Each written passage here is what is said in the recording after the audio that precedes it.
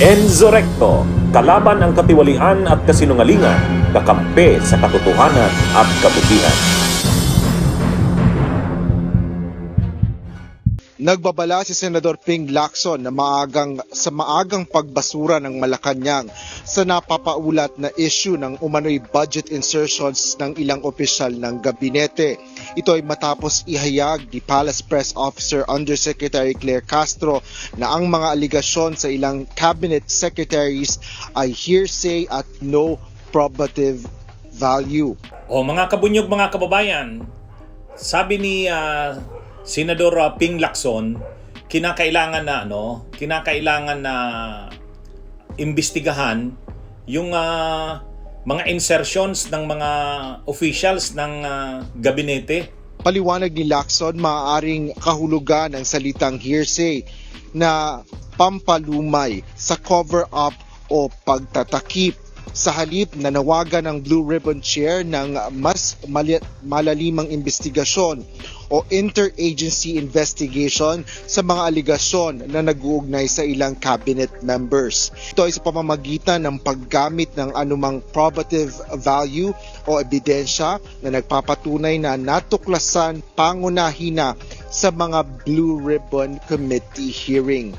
Ayon kay Senador Ping, kabilang sa mga ebidensyang nakalap ng Blue Ribbon ay ang mga testimonya na sinusuportahan ng mga opisyal na dokumento sa budget books. Gaya na lamang anya ng ilang items na nagpapatotoo sa mga testimonya ng mga resource person na ang pagkakasangkot sa plunder o pandarambong sa pondo ng bayan ay malinaw na napagtibay. Sa pamamagitan na rin anya ito ng mga pag-amin ng mga kanilang sinumpaan.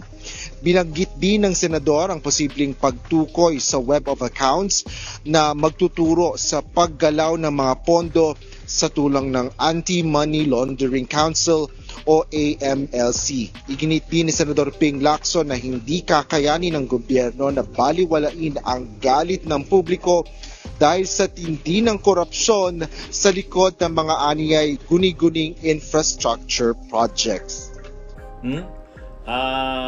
Kasi hindi lang naman ang naglagay ng insertion sa budget ang mga senador at mga kongresista. Kahit yung mga cabinet officials ay sangkot rin sa mga insertions. Totoo naman yon. Lumabas nga dun sa testimonya ni dating DPWH Undersecretary Roberto Bernardo na nakipag-usap sa kanya ang dating USEC ng ang USEC ng DepEd, si Trigib Olayvar, na malapit sa dating DBM Secretary Amina Pangandaman. Nakipag-usap sa kanya, ang sabi umano sa kanya, maghanda siya ng projects worth 2.8 billion. Pupunduhan galing sa office ng Executive Secretary, kukunin sa unprogrammed allocations. As I previously mentioned in my affidavit dated 25 of September 2025, Yusek Olayvar and I discussed the unprogrammed appropriations supposedly for the Office of the Executive Secretary. Thereafter, DPWH received a special allotment release order, which included projects worth 2.85 billion. The contract IDs for the projects worth 2.85 billion covered by the said SARO can be secured from the records of DPWH Regional Office for Region 3 and the 1st District Engineering Office of Bulacan.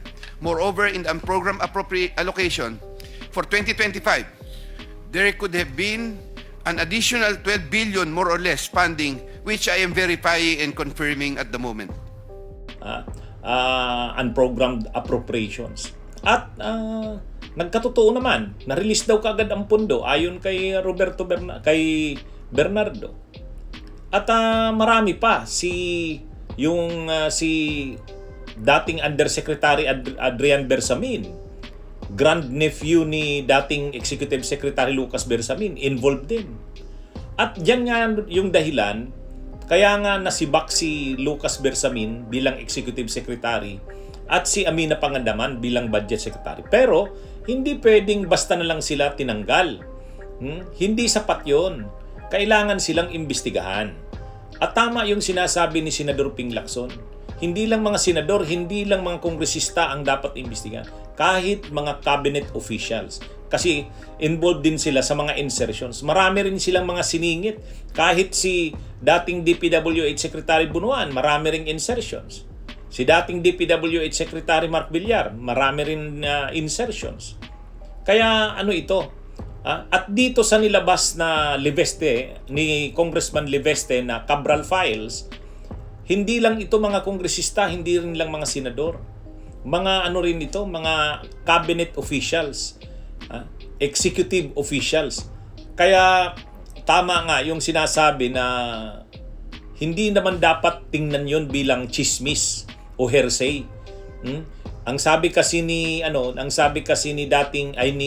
Yusek Claire Castro, huwag nang bigyan importansya yung ni Liveste, ni Congressman Liveste, kasi chismis yan, hearsay. Hanggat hindi yan binavalidate o bine-verify, kino-confirm ng DPWH, wala daw yan probative value. At ang dapat daw niyan magpatunay na totoo nga yan ay si Congressman Liveste. At hanggat hindi daw ito napapatunayan na totoo nga yung mga files na yan, ay hindi daw sila magko-comment, sabi ni Yusek Claire Castro. Pero hindi ganun hindi ganun. Dapat malaman ng taong bayan, totoo ba yan?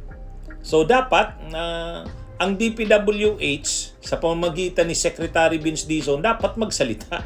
Totoo ba yung yung files na yan? Tahimik si Vince Dizon Wala man lang pagkomentaryo kung totoo ba yan o kung hindi naman totoo yan, gawa-gawa lang yun ni Congressman Liveste. Di sabihin niya.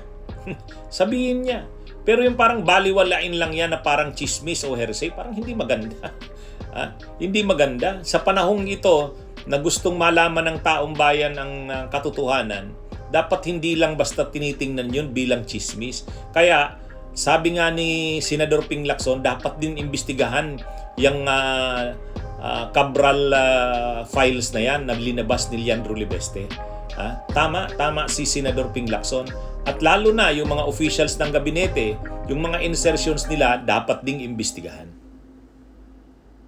Bunyog, halikan na kasama ka. Bunyog, kapag buklod ay may pag-asa. Luzon, Visayas, Mindanao, isa ang pananaw. Sa bagong Pilipinas ang bunyog isisigaw. Bunyog.